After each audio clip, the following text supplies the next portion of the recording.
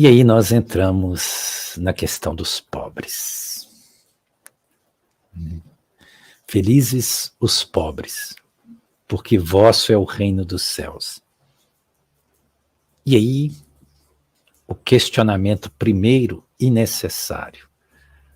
Shiva Jesus estava exaltando a pobreza material, ou seja, ele era um arauto da miserabilidade, como se somente aqueles que fossem pobres pudessem entrar no reino de Deus, entendendo pobreza aqui como escassez de recursos materiais.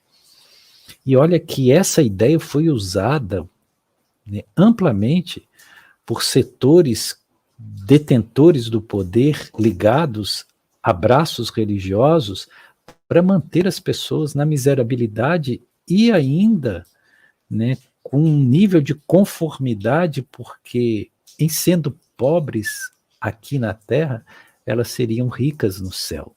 Ou mais, que em sendo pobres na terra, elas ganhariam o reino dos céus, que estaria fechado aos ricos, porque os ricos não iriam para o reino do céu.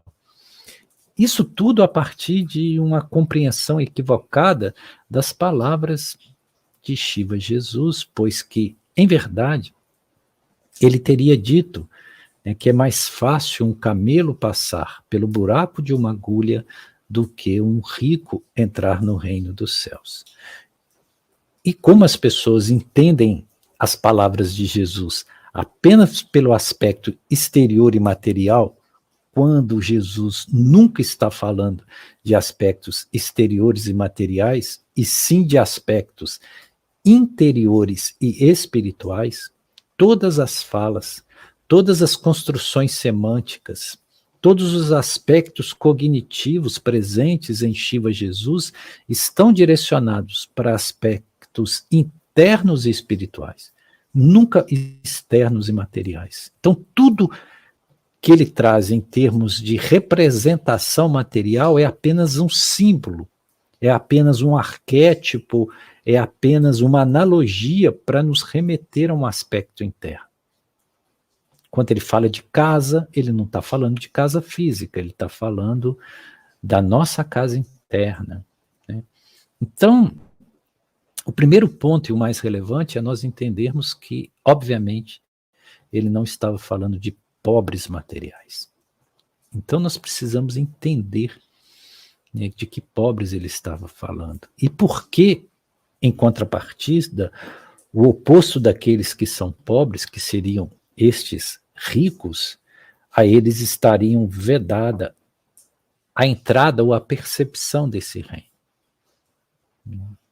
Então o que é pobre?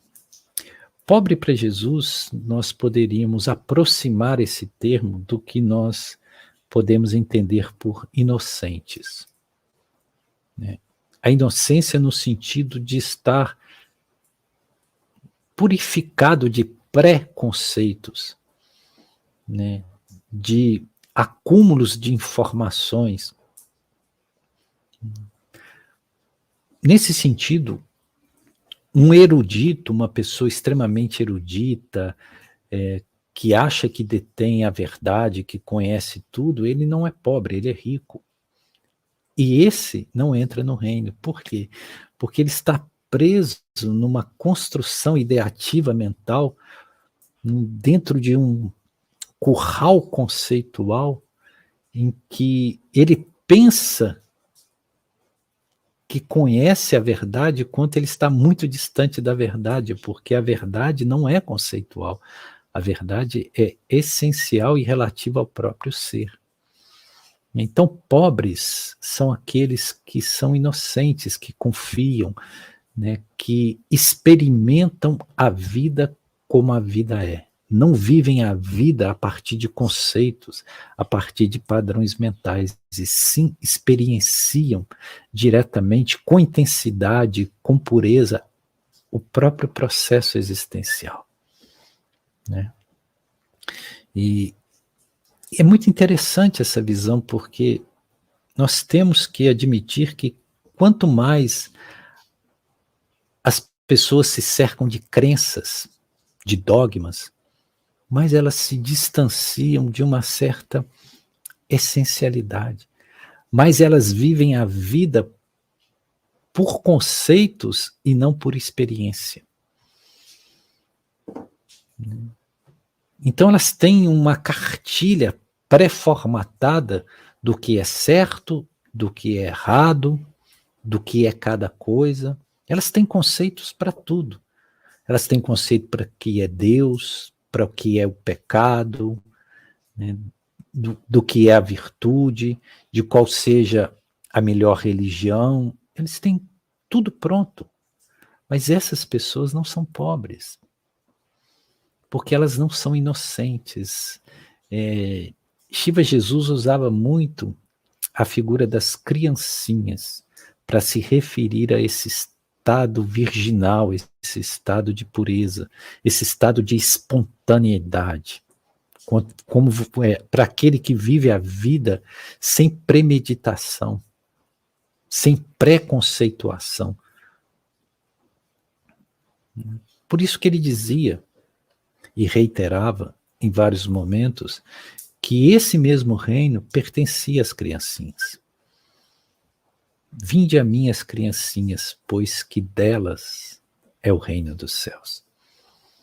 É óbvio que ele não está falando dos infantes, dos seres de pouca idade, ou seja, das crianças no sentido cronológico do termo. Ele está falando de um certo estado interior, de inocência, né? Porque ele pedia aos seus discípulos que se assemelhassem às criancinhas.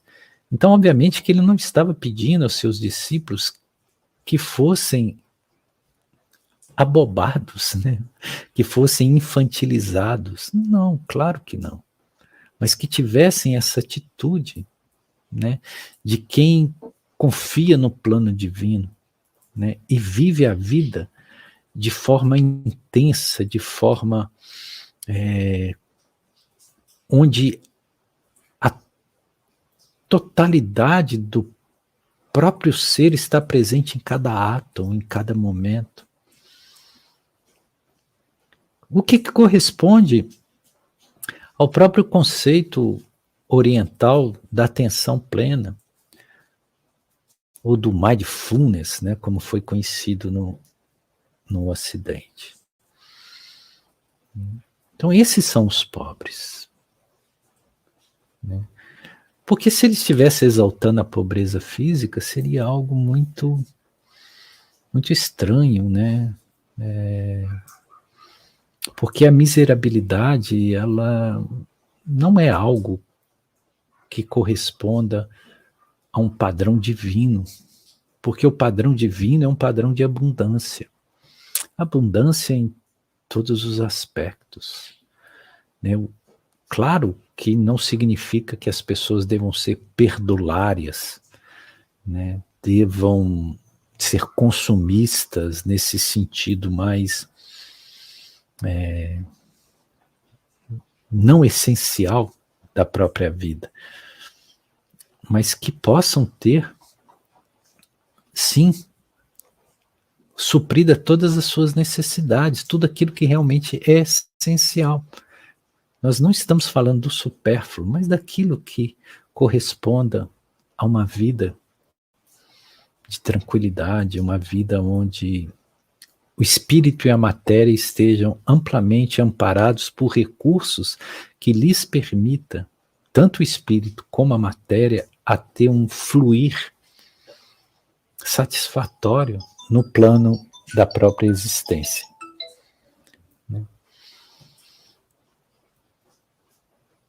Porque essas pessoas que vivem um processo da suficiência, elas já estão no reino. Elas já vivenciam o céu em si mesmo. E aí, esse é um outro conceito que nós podemos com ele trabalhar, o princípio da pobreza não é de negar os recursos materiais, e sim de ter uma postura de suficiência. O que é uma postura de suficiência? É nós percebermos e vivermos apenas com aquilo que nos é necessário. É quase que um minimalismo espiritual, ou seja, o que realmente eu preciso para viver? E nós vamos perceber que precisamos de muito pouco, que a maioria das coisas que nós nos apegamos e que lutamos por elas não são necessárias. Entende? O problema é que a sociedade hedonista que nós vivemos, perdulária, ela promove um consumo que gera artificialidade, que sai do aspecto de essencialidade e entra no aspecto de superficialidade. Né? Então, nós, né, a maioria das coisas às quais nós nos apegamos, se nós formos observar, não são coisas realmente essenciais. São coisas supérfluas, são não essenciais. Então, a essencialidade é a percepção daquilo que realmente eu necessito. E eu vivo apenas com aquilo que eu necessito. E com isso, eu não desenvolvo o princípio do acúmulo. E se eu não acumulo, eu permito a distribuição. E se eu permito a distribuição, eu gero justiça social.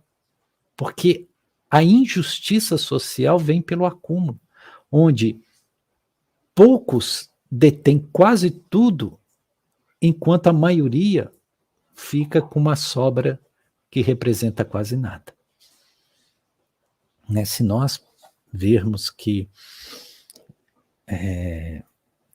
menos de 10% da população brasileira detém mais de 90% dos recursos financeiros, é algo de um desequilíbrio assustador.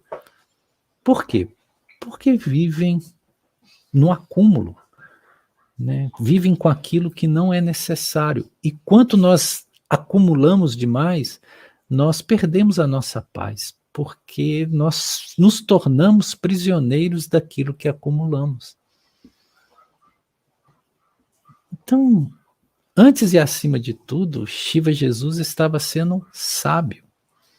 Ele estava fazendo uma constatação e não um discurso moralista.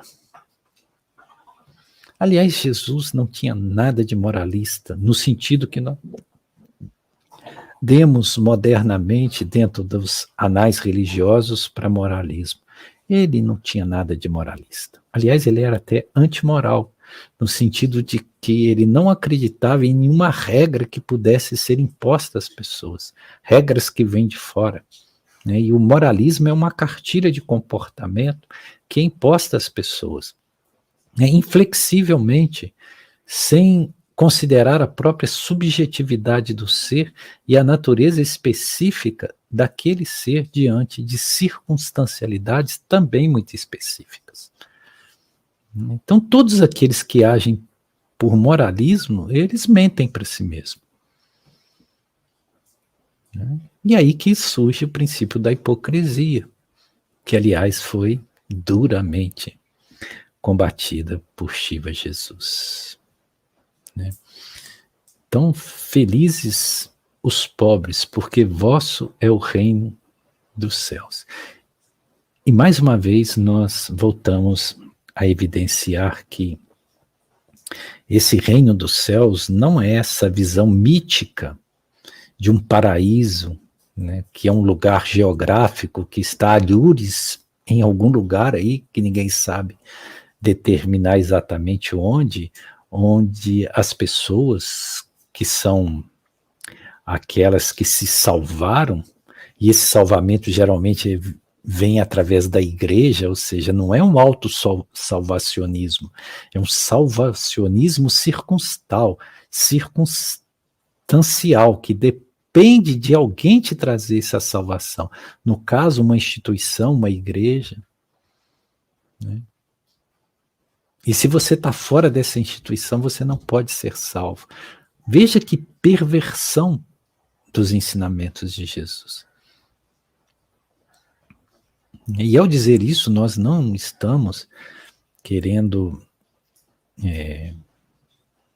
aviltar nenhuma crença ou nos opor a nenhuma tradição ou instituição. Nós queremos apenas trazer uma lucidez para o que possa representar